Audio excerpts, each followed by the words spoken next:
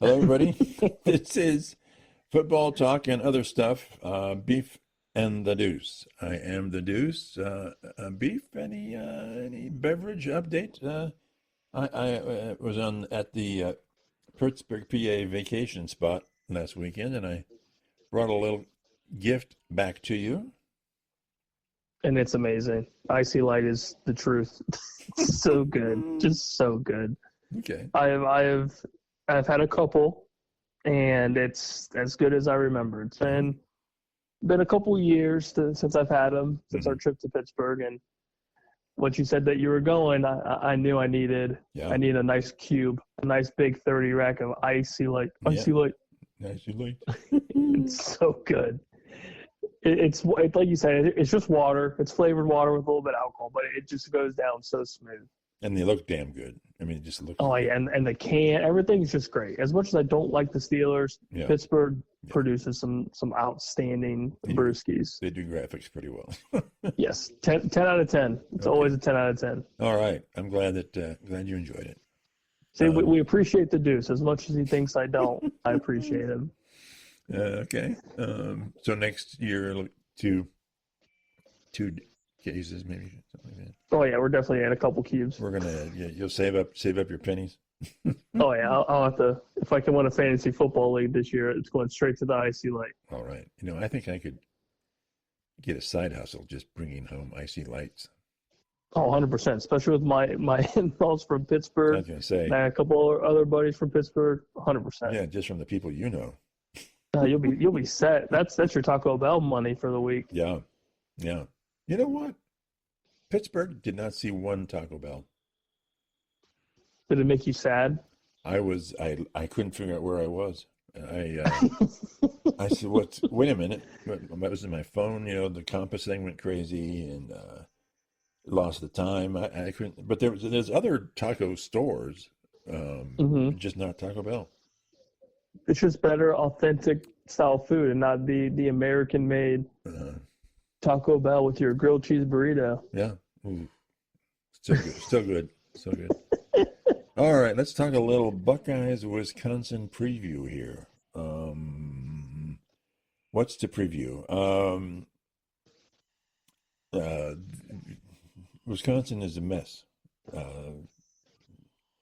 And the Buckeyes are going to beat them. I don't know what else to tell you.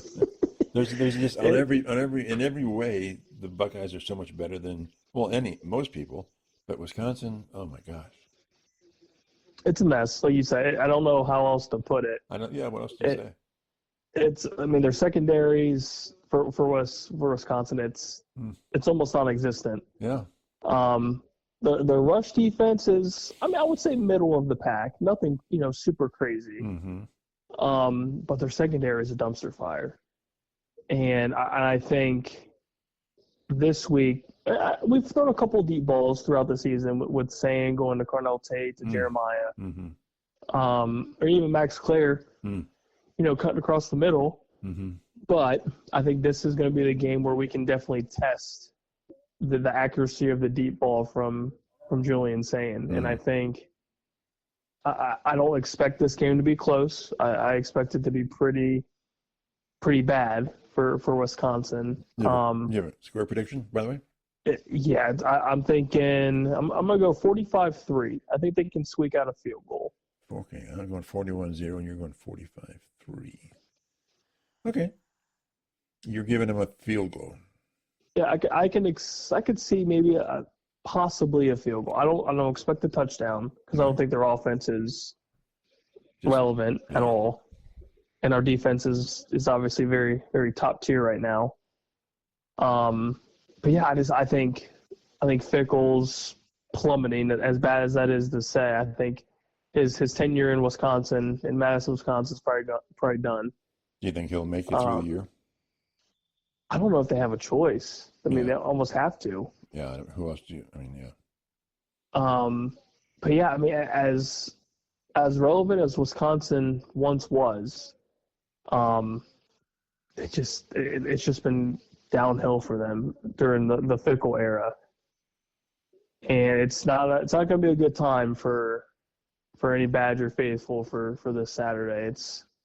like you said, it's a train that hit another train. It's a pretty bad wreck. Hmm. I don't expect it to be very, very pleasant. Yeah. Yeah. Okay. I sent you a question, Big Q, for today about the Buckeyes. What's more impressive, the offense or the defense for the Buckeyes? Which one and why so? I mean, I would have to say the defense. I agree. Um, I agree. the offense is. Amazing. I mean, going into it, I figured the offense would be pretty solid. Yeah. I think it would, some growing pains with Mhm. a redshirt freshman quarterback, a whole new backfield. Mhm. But the receiving core was fine, and the offensive line, I figured with time would be fine, and they've obviously played really well. But it was the defense, and we've said that for months going into the season. It's such an unknown All right. because we lost so many people, Mm-hmm. top tier talent. There's a new defensive coordinator, Matt Patricia, who had a pretty rough end of his NFL coaching career with Detroit, and it was a dumpster fire. Mm-hmm.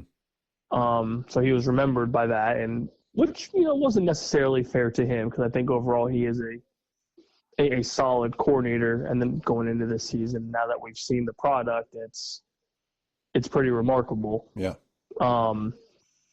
But yeah, I mean, just kind of the quick turnaround of personnel from losing Captain Jack and then losing. I mean, the list goes on of who we lost. Yeah. I mean, it's pretty remarkable to see that much turnaround end up being almost better Yeah. than what the defense was last year. We've got a new superstar in making with number 92.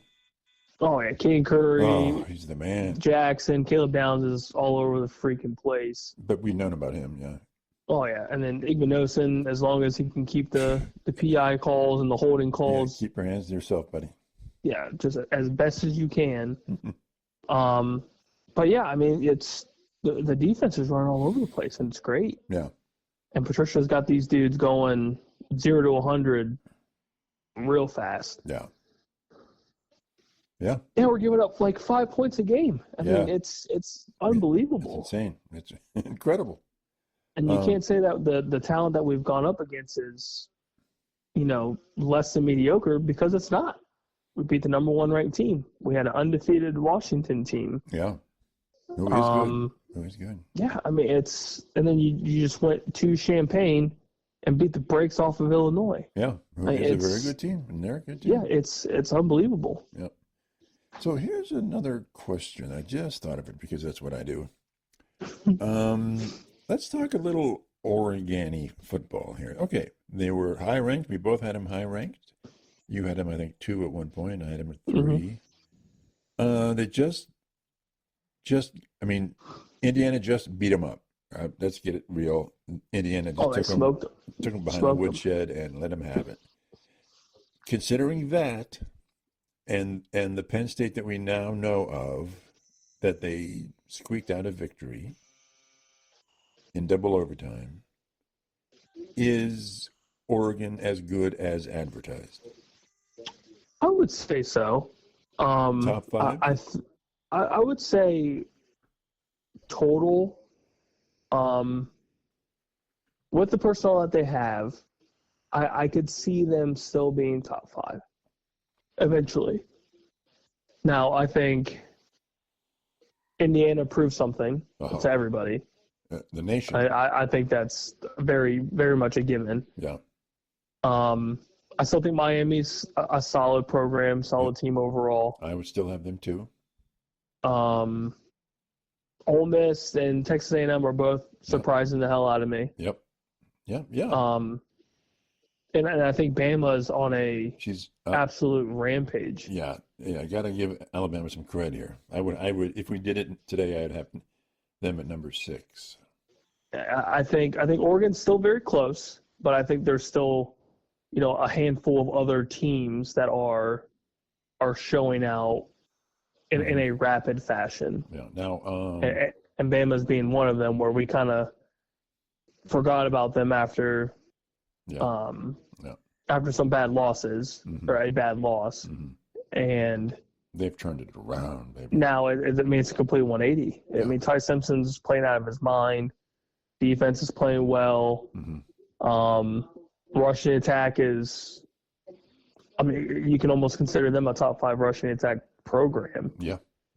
And now you're kind of seeing this Kalen DeBoer effect where it's like, oh, okay, like this is, he might be settling into, his own, and now the program and the personnel, they're buying into it, and now you're kind of see the, the not the finished product, but it's showing the potential of being, a top tier program under his tenure. Yeah. So I would have somewhere in the 7, 8, and 9 range. I would have Oregon, and you're going to hate me, but I would have, if we're doing it, we'll do it. By the way, we're going to have our own list on Sunday. I would have Notre Dame at 10. You obviously aren't going to like that. But give me your take on. I'm going upset. USC takes down Notre Dame in wonderful Southern California. Interesting. Am I completely out of my mind here? I like to call upsets. I love it. I feel like. Now this is tough because Notre Dame has to win this game. They have to win out. That's my thing. I think even USC doesn't have to win out. They've only got one loss. USC will be fine. Ooh. I think I'm going to go Irish. Okay. My gut says Irish. I think on paper they're a better team, for sure. But I think somehow that coach has got USC on a roll right now. Mm-hmm. I think I'm going to give the edge to Marcus Freeman. Okay. And Carr's playing well under center for them. He is kind of sort of on an offensive rampage. And Lincoln Riley is known to kind of botch, a couple big games, and he hasn't yet. Yeah. But I like the Irish, and I'm hoping that for them, their defensive scheme takes a little bit of a 180 because it's a little flimsy right now. Giving up a decent amount of points, which I'm sure Freeman's not the biggest fan of. Right. But yeah, I mean, all Notre Dame's got to do force a couple turnovers because their offense is pretty solid. It's the defense that's kind of the big question mark for them. It's similar to OSU a couple of years ago where offensive firepower, top tier. Defense, dumpster fire. Yeah. And that's kind of where, at least for them, if they can turn that defense around just a little bit, they make for a very, very interesting 2-loss team. Because I think for them, if it's 3+ losses, it's tough. Yeah. Very tough, especially without a conference championship and everyone else ahead of them right now, or even behind them a little bit. I mean, it's close. It's very, very close. Yeah. With all the top tier looking, I'd say it with the SEC teams, which are looking pretty good.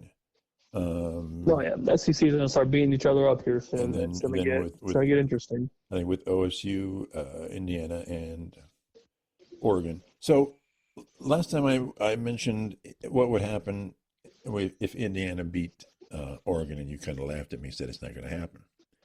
So what happens, not just with Notre Dame, but what happens to the perception of USC if USC pulls off that upset? It definitely makes them even more relevant. 15 top. I mean, it's the top 10. They could flirt with it. It's only one loss. It'd be only one loss for the Trojans. Yep, I think they can flirt with it for sure. If not, be right at it. It's just tough because everyone else in front of them is also really good. Yeah, no doubt. So it definitely their case for the top 10 is obviously a lot stronger if they pull off the win. Yeah. And again, it's a rivalry game. They play it every year. Yeah. It's a massive game for both programs. Yeah. But right. I think Notre Dame needs it more. Yeah. And I think they're going to want it more. I think they squeak out a very, very close game. Okay, so you're thinking a one-score game? Oh, I think field goal. Okay. So I think something anywhere from like that 1-3 range. I think it's super close. So you don't think that USC is going to be massively motivated because they feel like they need to get some more time in the sun and they've been disrespected for a while, deservedly so. I think it's more of kind of the Lincoln Riley effect of, obviously they're playing well right now, but he is known to botch a couple games, and they haven't yet. Yeah. And I could see this one being that game, especially coming off of, some big wins going into this game. Mm-hmm. He's kind of due. I hate to say it that way, and it sounds kind of dumb, but it's happened for so long. When he was in his tenure at Oklahoma, and then obviously this is finally a year where USC under his tenure's kind of going in an upwards direction. I think it's just kind of due, as much as I hate to say it, for those Trojan faithful. Mm-hmm. But I mean, he's due. He's due to kind of have a mishap, and Notre Dame and Marcus Freeman are finally on a good track. Yeah. To push through this last half of the season to get into that CFP race. Should be a good game. So do you think that this USC team is now comparable to the best that Riley had at Oklahoma? It's starting to seem that way. I think the Caleb Williams time there was maybe his better quarterback. But it's hard to say just because those defense. Yeah, I would say the best team that he's had. Okay. They are tackling. I would say, yeah, it's the tackling's bad. The defense has been pretty piss poor up until this year. I would say this year. But they've had good talent. I can't say that they haven't had solid personnel. It's just more of like the team as a whole. They've never really been a complete team. Like with Caleb Williams during his his high, and he played well. Well, didn't Williams cover a lot of problems that USC had? Oh, 100%. Playmaking ability and the whole 9 yards. He's he's definitely done his thing. But you also are on the field a ton because your defense can't stop a nosebleed. Right. They were terrible. So I mean, it's hard. I guess it's hard to say which team was obviously better. But I think he's got something going right now that could be positive if they can pull off this W. Yeah, obviously I'm not him, and I don't follow USC really closely. But it seems like if I was Riley, I'd be saying about this team this year, this is a team I can really work with. This is a team that I can mold into what I need it to do, which is run the ball and tackle.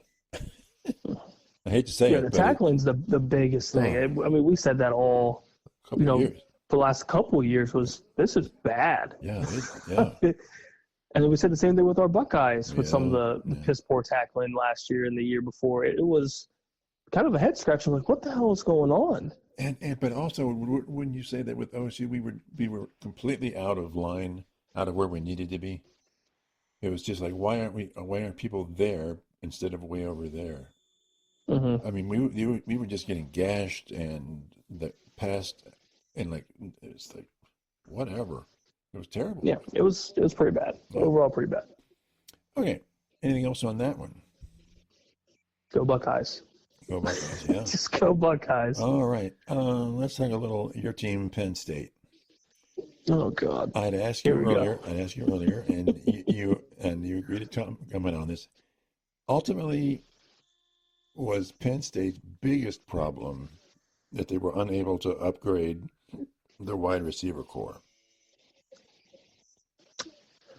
I think that's a factor. I think overall, there was just no development of Drew Aller or anybody outside of or I guess under James Franklin, everyone just kind of stayed the same. Like there was never like, so like the perfect example I can think of is like Ryan Day and like Justin Fields, Ryan Day, C.J. Stroud, where you have like the year 1 to year 2. But they had great receivers. Great Oh, receivers. yeah, and that helps tremendously. Of course it does. But I think what I looked at the most, like with this comparison, was there was so much growth from year 1 to year 2. CJ's year 1 to year 2 was insane.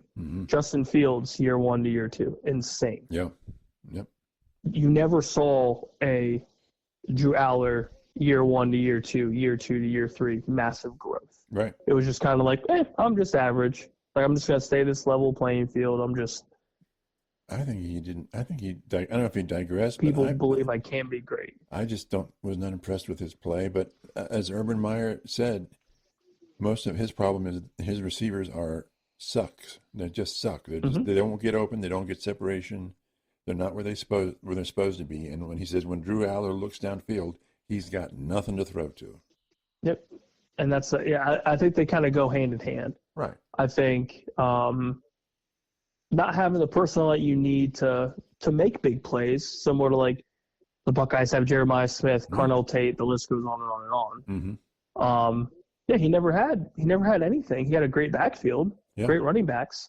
But then and he had that great tight end last year, Warren. Yeah, Tyler Warren, who was your security blanket that could do everything and anything. Right, and he's great. And if you don't have that, you're kind of SOL. Yeah. Because the offensive scheme isn't beneficial or it's not. It doesn't help you if you're down 10 plus points because you want to run the ball, kill the clock, eat it up, win like a 21-10 game because that's their mold. They can't do any high scoring games outside of their second half of the Oregon game where like this offensive output was like kind of a head scratcher. Where the hell has this been? The first half. Forever. Yeah. So yeah, I think a lot of the issues was development and also kind of piss poor recruiting because you have these talented receivers going into this program, but the offensive scheme either doesn't get them open or they're just truly not good. Do you think? Or I guess the game plan or whatever is just it's not getting them open. Whatever routes you're calling, it's just not working. Right. Do you think that maybe Franklin just didn't cut it well in the portal, NIL, and all that stuff? I don't think you cut it well at all. Okay. I think it was just a very just kind of poor tenure. No, he has a good Big Ten record and it's an amazing record. All that stuff. Like I get that. Yeah. And it's almost it was similar to like Ryan Day and his Big Ten record and non-top 25 team, like all this stuff. Like that's great, but people care about big games. Have you won big games? Right. Ryan Day can finally say, I have won this many big games. Yeah. Especially in the last couple of years. I mean, that's now that argument's out the freaking window. But James Franklin never broke that mold. And I think the powers that be were obviously not happy. I could see the locker room and the coaching staff also not happy with it. And so it's just kind of a dumpster fire. Nobody's happy, which is going to turn into what you just saw in 3 straight losses. And your CFP hopes are now down the toilet. Yeah. If they're 7-5, they're going to be lucky. Oh, it's all sorts of bad. It's all sorts of bad. They have to play Indiana, Ohio State, so. Yeah, and you have your starting quarterback stumped for the year. Yeah. So now you've got a completely unknown and an interim coach. Yeah, and would not be surprised to see some of your top players possibly sitting. They're just saying, "Yeah, I'm done. I'm hurt. I'm done for the year." Yeah. Especially the draft eligible personnel that could be the top 2, top 3 rounds. Yeah, I think I'm okay. Yeah. Because you're playing for nothing. All right. Who then coaches Penn State next year? Who's the head coach? So the Matt Rule speculation is a not, I wouldn't say a given, but it's definitely a very good option for them. Yeah, it's strong. Um, Does that depend on how he does the rest of the year here in Nebraska, or there at Nebraska?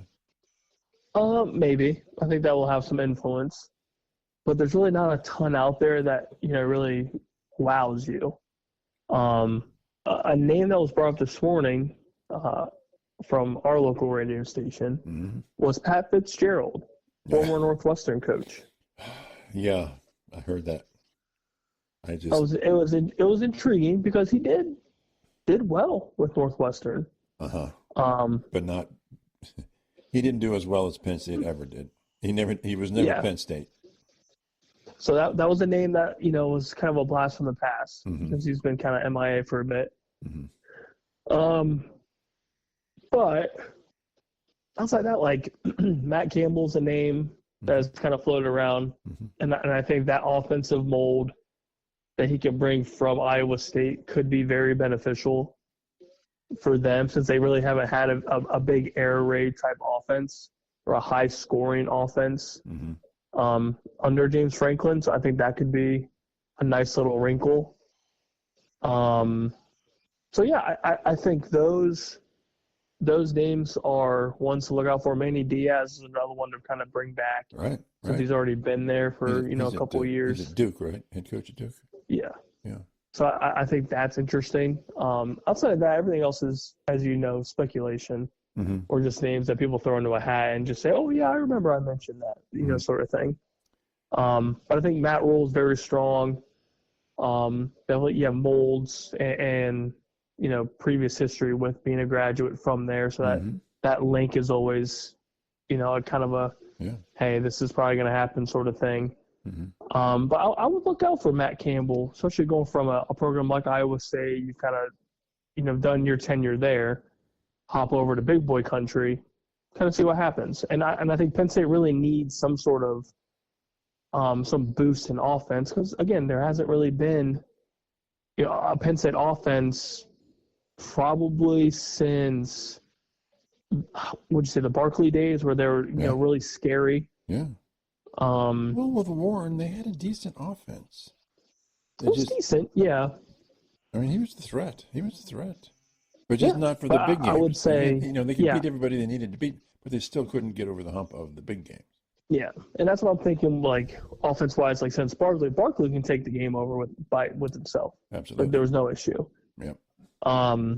So I think they definitely need something. They need some sort of, positive encouragement, at least on the offense. Because I think I think they're always going to have a decent defense regardless. And that's just how they've operated for God knows how long.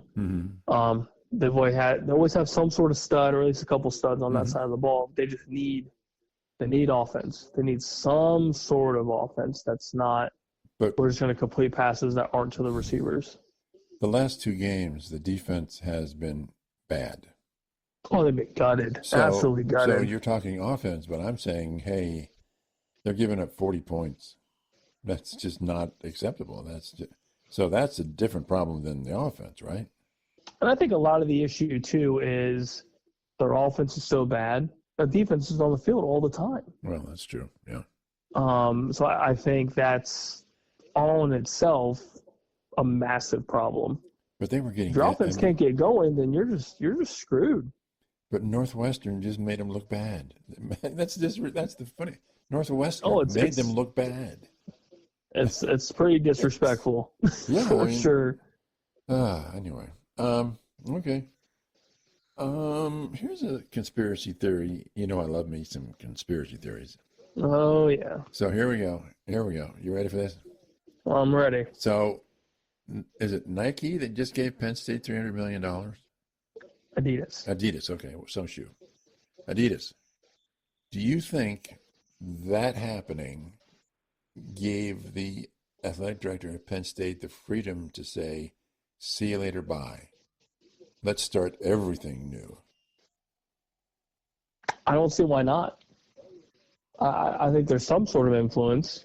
Obviously now they can afford the buyout, but Yeah, so I think that has a lot to do with it because you're as the top dogs, as the big boys, you don't want to fork over that much money if you don't necessarily have it. Which I mean, I'm sure they did at some point or somewhere within their little pot of money. right. There was money there to buy the suit out and say see you later. Yeah. But now you've got a lot of money, A lot of a whole lot of money. And they want it to pay off. Yeah, and they need some sort of change. They want to see it now. Right. Now, is it more? I know you talked about it before. Was it a smart decision to fire midseason? Who knows? Yeah. Who knows the true answer? I mean, some say yes, some say no. Some really don't give a hell. I can see both points of view. I'm seeing it more that I can see what the AD was saying. That why not just do it now? Mm-hmm. And I think everything was going downhill in a rapid fashion. Yeah. That there was almost no point in keeping him because there was no benefit. Yeah. It's just going to continue to go downhill, and that's never good for anybody. So if you can, kind of get whatever the problem is that you believe is the problem out of the way now to try to rebuild for the future, so be it. Because I mean, it's kind of a lost season already. Yeah. Do you think that their AD said, okay, we're playing Indiana, and Indiana is amazing, and Ohio State's always amazing, and our star quarterback is out for the season. Just do it now. Just dump it now. Yeah, that's kind of what I'm thinking. There was a lot of other factors that influenced the decision of being like, yep, this sucks. This is done. Yeah, I guess we'll try again next year. Yeah, we're lucky to be 8-4, probably 7-5. Yeah. God, yeah, that like you said, that'd be insanely lucky. Yeah, the thing is though, I mean, coaches are just because his coaching record his ratio is 3 wins to 1 loss. That's very impressive. That's very impressive. But Ohio State canned Cooper for an 8-4 year, and he couldn't beat Michigan. Winning record every year, winning record. Yeah, you're gone. You're gone. Yep, you got to win big games. At the end of the day, that's what people care about. I don't care if you beat every team that you're supposed to beat. That's fine, and that's phenomenal. That helps you a little bit. But what really helps you is if you beat big teams, like if you beat Penn State every year. If you can somehow get over this hump of Michigan, like without this national championship, for Ryan Day, if he still can't beat Michigan 5 years in a row, yeah, that's tough. It's very tough to kind of hold on to that hope of like just maybe this could happen. That national championship that buys you 3+ years. Yeah, and that's I mean almost a given, and one of the most miraculous CFP runs that we've ever seen. Yeah. And the teams that he beat on the way to that national championship and how he beat them. Yeah. I mean, that just, and he knows it. There's no way that he doesn't know that run saved his job. Yeah. Oh, yeah. So do you think then that the AD, I'm thinking the ADs right now, at Ohio State, the pressure is high and constant to win, always, constantly win. There's no substitute for winning. And the coaches win. I mean, they win a lot. Do you think that there was a complacency at Penn State? Hey, 10-2 is pretty good. We'll get to a bowl game. We got to the playoffs. 10-2 is pretty good. But they didn't have that next level pressure. And this new, whoever this AD is, said, I'm going next level pressure, constant pressure. I don't care if it's too much pressure. It's the pressure we're going to apply on our coaching staff. A new level of urgency, a new level of pressure that maybe Franklin just didn't have. Yeah, and I think it's always one of those too where it's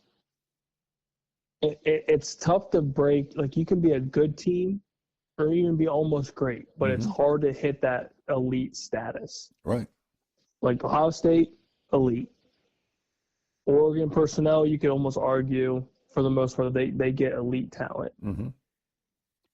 Indiana, you could almost have the argument now they are approaching, very, very good, great, maybe even elite if Cignetti can pull out, some more big wins and continue this trend or this winning culture that Indiana hasn't seen in forever. But don't you think Cignetti, aside from his very, very low-key approach, is absolutely obsessed with this? I mean, it's got to be winning and nothing else. Oh, it's got to be just the most addicting drug for him. Yeah, but I mean, his Especially coming attitude. from and everything is just it works. Yeah. Whatever he's doing, it's obviously working. Yeah, I mean, yeah. It's very surprising because you're taking in this risk, this coach that went from an FCS program to Big Ten country. Admittedly, Indiana. Yeah, and Indiana, which at one point you could argue was the skid mark of the Big Ten. Yeah, if not Purdue. And now you're a top 3 program. Yeah, yeah. It's crazy. It's unheard of. You might. I mean, I'm sure eventually you'll see this again, but this run is crazy. Absolutely crazy. Yeah. I never in my right mind would have been like, yeah, I can't wait to watch Indiana play. Right. And now I do. I want to see if I can watch them every week. It's unbelievable. Yeah. It's also, I'm just reading things about in Indianapolis and the area and that central Indiana in general, and how it's lit a fire under a lot of people with a lot of money and corporate, like Mark Cuban. They're now saying, let's give money to this program. Let's help jumpstart and keep this thing rolling that Indiana never, ever had. They won't even dream about it. But now the big people in Indiana are like, let's go, let's do this. And Cignetti's the guy, I think, that can take that pressure and take that and run with it. Yeah. I mean, I don't think they. I think right now I wouldn't say they're elite. I know we talked about that previously. But I think they are. I think they're very good. I don't think they're on the same playing field as Ohio State just yet, because I think Ohio State's light years ahead. Well, then who's talent-wise? Aside from Ohio State, who's elite then? I don't know if anyone's considered elite right now, especially with Oregon going down. Yeah, I mean they beat Oregon and they beat the other big people in the Big Ten. And elite's a strong word. It is. So you're saying Ohio State is the only elite football team in the nation? As of right now, I would argue yes. Not Miami. I don't think Miami's elite. They've had a couple hiccups. Now they've won. I get it. Win's a win. But they've had hiccups. We haven't seen a hiccup yet. Right. Well, I mean, like, have we started slow? Yeah. But I feel like under Ryan Day, that's kind of been that's a thing. And then we just come out and boom, there's points. Boom, there's more points. I mean, it's crazy. But yeah, I would argue that right now, they're elite. And I think they are the elite team. And Indiana is not elite because why? I think there's just some hiccups, and I think like that Florida game, they started super slow. Damn near lost that game. And I believe in Carson Beck a little bit more. No, I was asking about Indiana. Oh, Indiana. Sorry, I said Miami. Well, I'll ask that the next one. But yeah, but why isn't with the wins they've gotten, especially over Oregon, and the record they had last year? Why are you taking them down a peg from elite? I just think. Oh God, elite's such a strong word too, and I might just be biased with the Buckeyes. Yeah, but what's the difference between elite and very good? I don't know. I think I'm still not yet sold. I'm not yet sold because I think if I'm comparing the two, see, that's so tough because I still can't see Indiana beating like. I definitely don't see them beating the Buckeyes. So I think that's a little thing for me. Yeah. Is if the Buckeyes are elite and Indiana wants to be elite, can Indiana beat an elite team? Yeah. And I still don't think they can beat Ohio State. Yeah. And I think a lot of the very, very good teams like the Bamas that are squeaking in and starting this massive run, the Ole Misses, the Aggies, like, can Indiana beat those teams? Maybe. I'm not completely sold yet. Okay. Now I'm not defeating Oregon and like throwing them down the toilet, but I think Oregon is still a very good team that didn't show up and just got punched in the mouth. But you got to show up. I mean, that's what an elite team does, right? Like, and I think if they played again, I would almost give Oregon the second win if they play again. But yeah, I think Indiana is definitely on the right trend though to being very good / possibly elite. All right, 2 more questions. So let's go back to Miami then. I'm going to posit that Indiana has the ability and the capability of beating Miami. Yes or no? I think it's very possible. Yes. Okay. I think so. I think defense-wise for Indiana, solid. Mm-hmm. I'm still just a little iffy with the offense. I think that's kind of where I'm hung up on is like I think Mendoza's solid. Yeah. But I think he definitely benefited from Indiana's defense playing a hell of a ball game. Mm-hmm. Now, can he take over a game and beat, a top 5, top 10 team? Maybe, possibly. But I think I'm just not completely sold on him just yet. But does he have to do that though, for Indiana to be beating Miami? I don't think he has to. I think eventually he'll have to. So if they at some point play Ohio State, say in the Big Ten championship game, mm-hmm. I don't think Indiana can slow down the offense that we have. Right. So if it does end up getting into like a high scoring affair, can he keep up with our offensive output? I don't think so. Right. And I think say with Miami, for example, if their offense gets going, can he keep up with that offensive output? I don't know. I think that's my big question is their offense. Can their offense keep up with can they keep up with the Buckeyes? Can they keep up with the U? Hell, can they keep up with the Aggies with their offensive output here lately? Yeah. That's my big question that I would want to see a little bit more of. No, mm-hmm. Like the Oregon game was a little bit lower scoring, and towards the end of that game, their offense kind of got a little bit hot.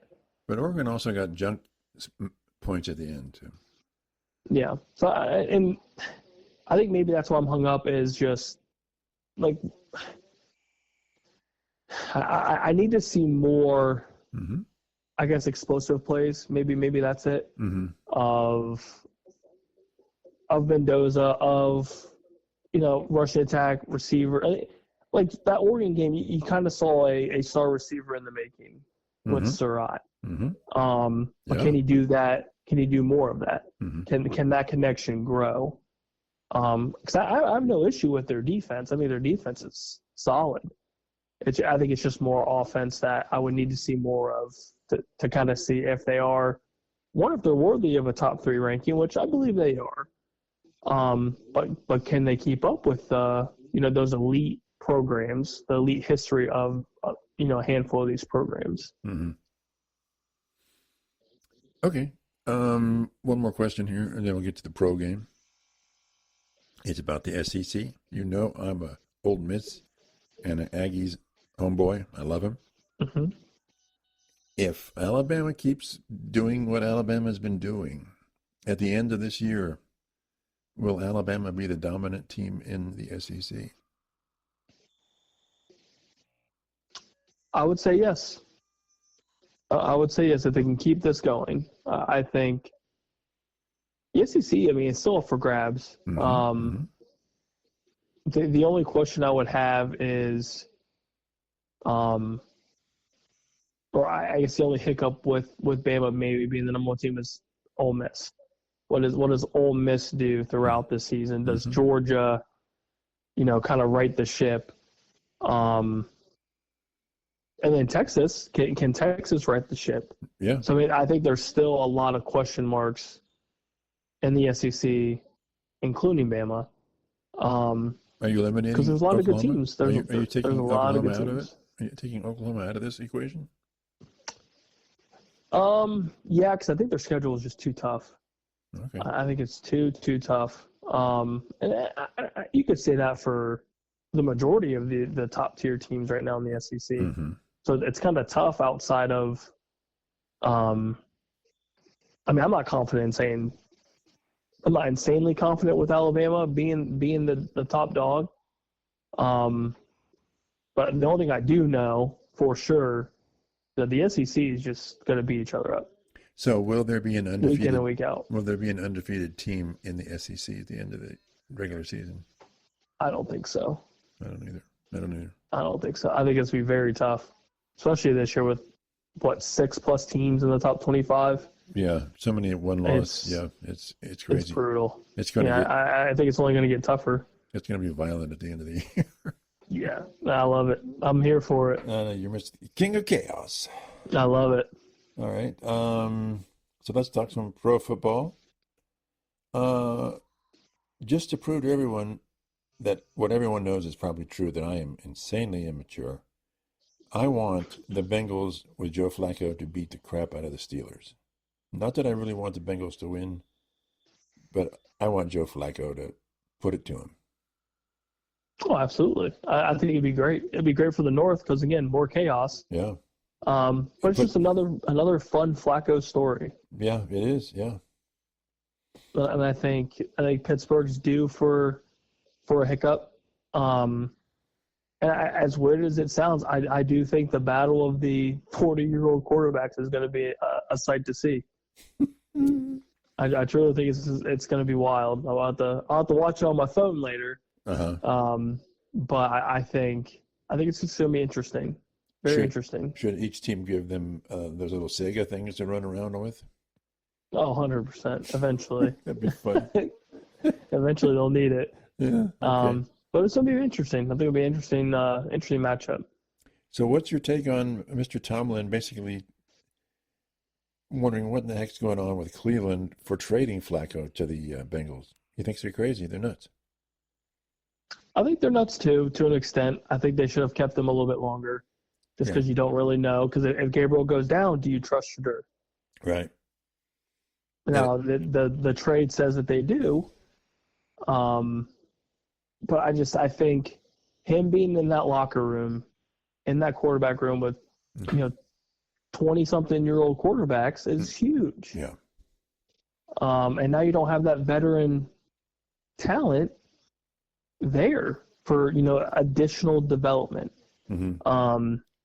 And you just gave the Bengals a shot in the dark to maybe make a little bit of a run before Joey B gets back. That's right. So it's very interesting. So what does it say about the Browns? It seems more clear that Stefanski found out about the trade after it was done. He didn't realize his main man was getting traded away. What does that say about the Browns? Or if anything? It just sounds like the Browns are browning. Brownies are brownies. It's weird, though. It's super – unless there's some under-the-table thing where Stefanski may or may not have known prior. Who knows? Nobody will really know the full truth. Yeah. But it does kind of raise a question of how involved is Stefanski with personnel.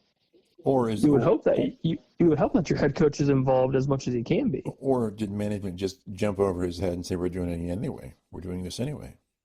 It sounds like the Browns, so probably. Because apparently, from what I've heard, the Bengals were calling every team in the league, saying, is there anybody you can give us? Is there any way? Is there anybody you can trade to get us a quarterback? And everybody else said, no. There's nobody. We're not doing business with you. And the only one that said yeah is Cleveland. Of course they did. And I could understand them doing. I mean, they got draft picks, right? I mean, you got some picks that you can use them to trade back into. Maybe a higher second round pick, or maybe link whatever up for a first. Who knows? So, I mean, I guess if you can get trade value from him, that's fine. But at the end of the day, the North is still up for grabs. Yep. So are you just completely, just saying, if we make it, we make it. If we don't, we don't. Because that's not winning mentality. And I get the Browns haven't had a winning mentality since Vietnam. But it's just interesting. It's very interesting. So people were talking about, I was looking at some media from Cincinnati after the last Bengals game where Flacco was in after he was with the team 3 days and they put him in. They're like, he played okay, but he has no offensive line to help him out. I'm like, bingo, it's bad. bingo. Isn't that the Browns' problem? Everyone's claiming it's 100%. Flacco, but he has nobody. He's running for his life, and 40-year-olds can't run for their lives in the NFL. It's just not going to happen. Nope. It's a problem, and now that you're seeing it again, like anybody that watches any sort of football can see that. Right. This offensive line sucks. The Browns line sucks. Yeah. But they're also saying, well, but look at the difference between the receiver core between Cincinnati and Cleveland, and there's really it's night and day. He said those two guys for the Bengals, they will reach for the ball, grab the ball, and hold on to the ball, which is something that Flacco never had in Cleveland. Nope, Jerry Jeudy can't catch a fly. Can't catch a cold. Yeah. It's terrible. So I'm happy for and I'm sure Joe wants to play and good for him and all that. Just in a Bengals uniform, come on, just hurts me deeply, deeply. And I'm not a fan of I'm okay with the Bengals all white uniforms, but I think it looks better with their regular helmets. Not a fan. I love the all whites. You just you're just like tear it all up, throw it down. I love it. You just don't care, do you?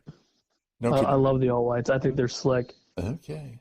What about the Browns? I love them. Even the Browns all whites looked okay. Oh, I love them. Love them. Now, how about those all browns though? Those are ugly. Now, if they were all black, it looks like puppy shit. It's gross. But if it was all black, like if it was black instead of brown, it looked pretty good. If it was all black, I would like it a little bit more. I just don't think it's very Cleveland-ish if it's all black. True, it's not. It's more Bears, but yeah. But I like the all whites. I think they're slick, especially with the helmets. Mm-hmm. It's very nice. Okay. So you would agree with Tomlin then that they're just goofy? Oh yeah, the Cleveland's just hammered. They don't know what they're doing. Okay. Well, yeah, I have to agree with that. A lot of icy light. Yeah, a lot of icy light. Drink another icy light and don't worry about it. So talk to me about then the AFC conference. If I had told you before the season started that it was going to be the Patriots, the Colts, the Steelers, and the Chargers leading their divisions, you would have said, Howard, find a bridge and jump, right? Yeah. Yep, and don't hit anything on the way down. Just don't hurt anything else. Just plummet. Just plummet. It's crazy. It's truly crazy. The Colts are obviously a massive surprise. Mm-hmm. I don't think the Chargers was as much of a surprise as some people may think. Right. Yeah, they're the least surprising, but yeah. And then with the Patriots, it's the Vrabel effect. I think it was just a change of scenery for Drake May to see a coach that actually knows how to coach and has experience coaching, who should have never been fired from Tennessee. Right. It's which is still baffling. Yeah. So in six or seven games, from 6 or 7 games, he has the Patriots, who were basically crap in a bottle last year, to leading their division, right? Yep. That's incredible. It's wild. And Drake May's playing out of his mind. Yeah. Absolutely out of his mind in year 2. Mm-hmm.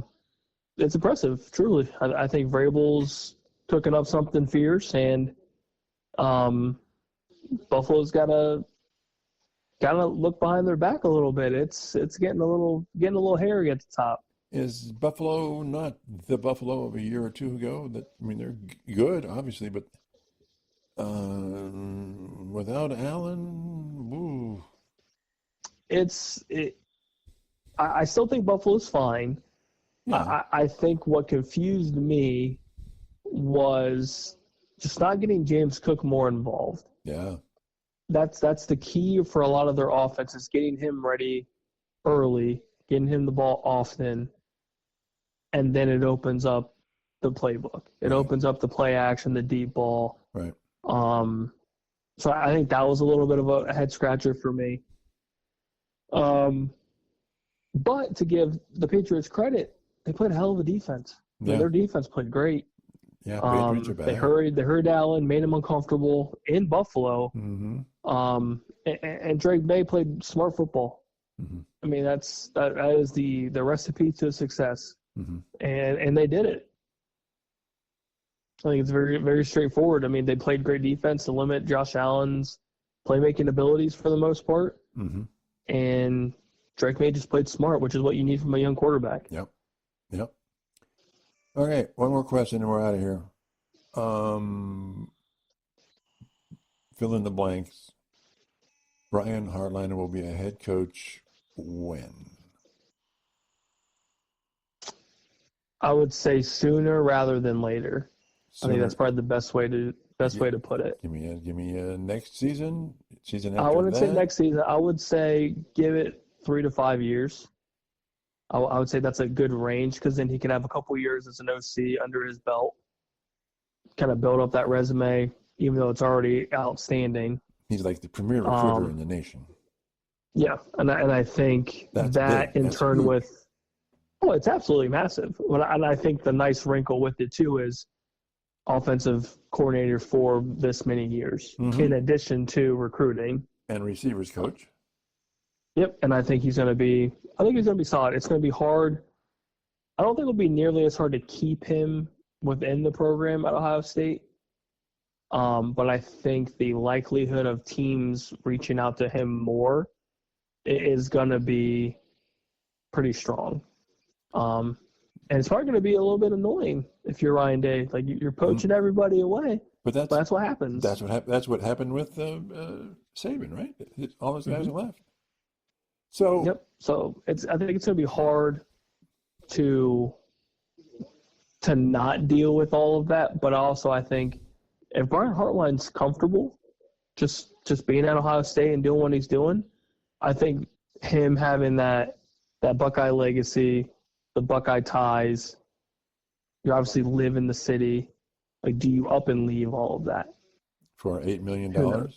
Yeah. Who truly knows the answer to that? I don't.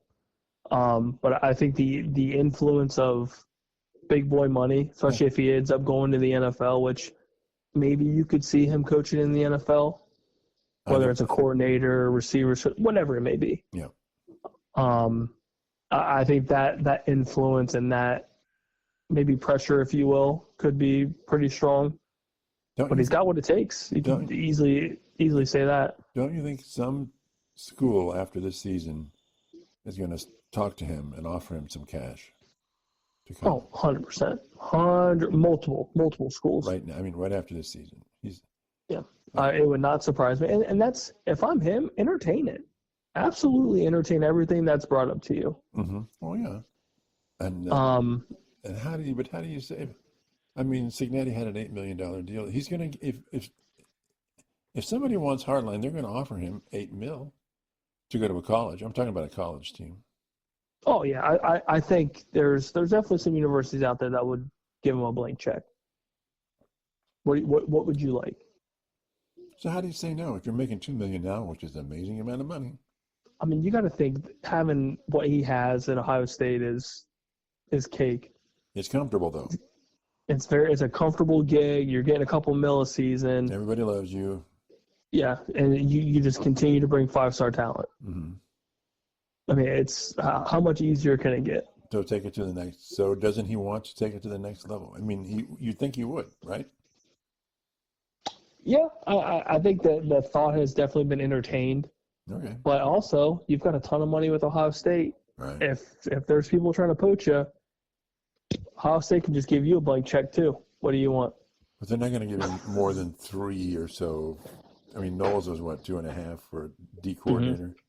Yeah, I mean, I could see Hartline getting double if it gets to that point where like he could possibly leave. Why wouldn't Penn State write him a check Come to Penn State. Yeah, please give us receivers that we have not had. Absolutely. It's possible. I mean, it's a very interesting question that it's going to get stronger and stronger once this season's done with the success that's already been had. Yeah. It's going to be interesting. Yeah, I wouldn't be surprised if Penn State made a push. They need to. They need to make something interesting because right now it's a dumpster fire. Yeah. Okay. Food for thought. Food for thought for the next session we have. Check us out on Twitter. We have a direct link in our description box in YouTube. And like and subscribe. We're getting more views. We're just a few off a million, by the way. But we're getting there, right? Baby steps. Absolutely. Okay. Talk to everybody soon. Bye.